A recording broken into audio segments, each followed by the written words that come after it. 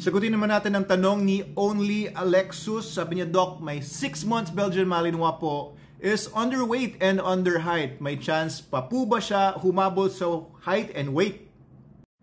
Okay, pag 6 months pa lang ang aso ninyo, it means na na-reach pa lang naman niya ang more or less mga 60% ng adult weight niya. So if it's underweight and under height, anong basis po ninyo? May mga dogs po kasi kahit sa tao na matagal bago mag-mature. May mga dogs din naman na mabilis mag-mature. So it's not really a problem kung ang aso po ninyo ay medyo na mabagal siya lumaki compared sa mga ibang mga kapatid niya.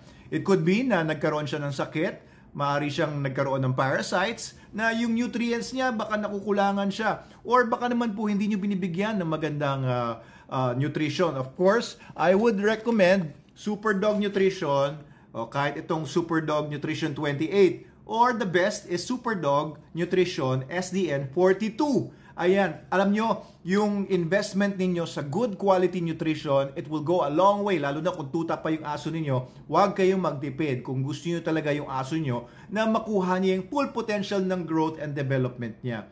And lalo na, brain, very important din no, ang nutrition. Kung gusto niyo yung aso niyo lumaki ng matalino at lumaki ng hindi mo kaaasaran na medyo, alam yun, nakulangan sa vitamins ang utak.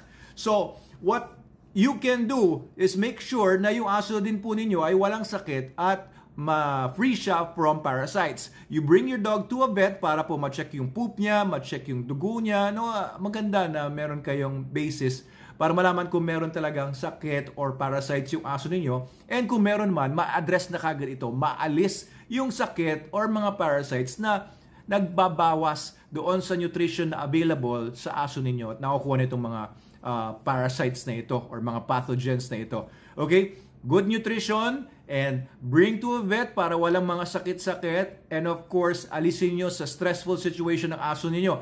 If your dog is always, stressed dahil maraming mga batang naaasar sa kanya, o kaya sobrang init sa lugar niya, kulang yung ventilation sa lugar niya, o kaya hindi nyo nalilinisan agad, kaya alam niyo naamoy niya yung fumes ng dumi niya, ng yung panghi ng ihi niya, nakakabawas po yan ng nutrition, and nakakabawas po yan doon sa normal development ng aso ninyo. So, remove your dog from any sort of stress kung gusto niyo talaga siyang mag-develop na maganda. Of course, you should also give your dog proper exercise. Alam niyo ba na pag yung muscles ng aso ninyo ay hindi well-developed, magko-cause din to ng defects sa posture niya. Maaaring dahil mahina yung muscles niya ay nagkukuba yung aso nyo, o mahina yung mga legs. Maganda talaga kung yung aso nyo hindi lang siya malaki, hindi lang siya mabigat, kundi maganda yung tindig.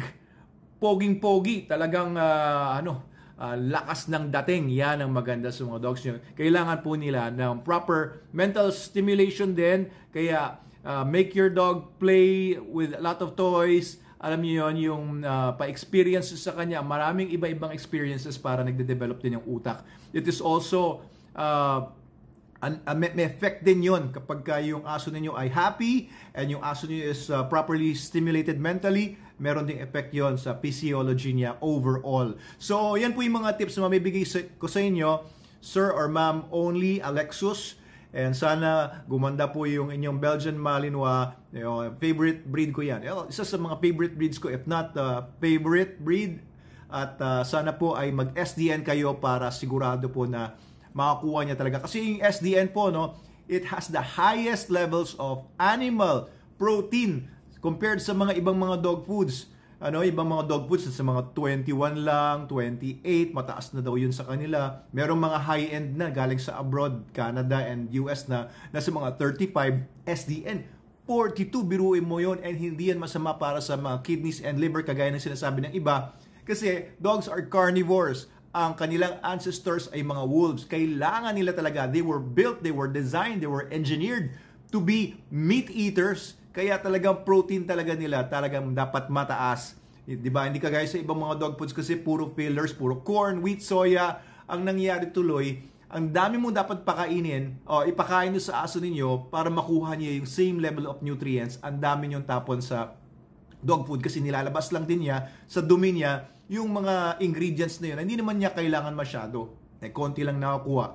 pero it's really not designed for them. Hindi talaga mga wolf, tingnan nyo yung mga wolf ba? Nakita nyo ba kumakain ng mais yan? Nakita nyo ba yung mga wolf kahit sa mga videos ng mga stories or mga accounts, documentary ng mga wolf, na kumukuha ba sila ng mga wheat or kanin sa doon sa mga rice fields, tapos kinakain nila? They are meat eaters. And our dogs, share the same genetic material, share the same DNA with their ancestors na wolves. Kaya tingnan nyo yung ngipin ng mga aso natin, di ba? Carnivores yan. Yung ngipin nila ay may mga matatalas na canines. These are animals na design pa rin, kahit mukhang Shih Tzu, mukhang Pug, mukhang American Bully. These are carnivores. Okay, pag kinakain mo na maganda, pinakain mo talaga ng meats, kagaya ng SDN42, halos parang meats, halos lahat yan eh. May konting rice lang yan para maging kibble siya. Pero almost all meats, may poultry yan, may beef yan. Ayan, kaya pagka pinakain talaga, makukuha ninyo yung maximum development niya. Makikita nyo talaga na ang ganda na talaga ng resulta ninyo sa puppies ninyo. Makikita nyo naman, ang dami kong, siguro kung bago lang po kayo, Dr. Abel Manalo nga po pala ako, veterinarian po ako, and I've been a breeder since 1996. Ayan, so I know what I'm talking about. I've seen all sorts of dogs, paano sila mag-develop from puppyhood to adulthood. I've seen thousands of dogs mismo namin and ibang mga dogs. So, I know what I'm talking about. Maniwala kayo sa akin sa SDN42. Ayan. Kami po nag-develop niyan. Ako mismo ang nag-develop niyan, and it turned out to be the best dog food in the multiverse 2015 hanggang ngayon 2024. We only feed our dogs, and we have hundreds of dogs. We only feed our dogs purely SDN42, kaya ang gaganda po nila compared noon na iba-ibang mga dog foods ang pinapakain ko sa kanila. Minsan dati nagro-raw din ako, nagluluto ako para sa mga dogs ko, pero nung nag-SDN42 na, the best po talaga ang resulta sa kanila.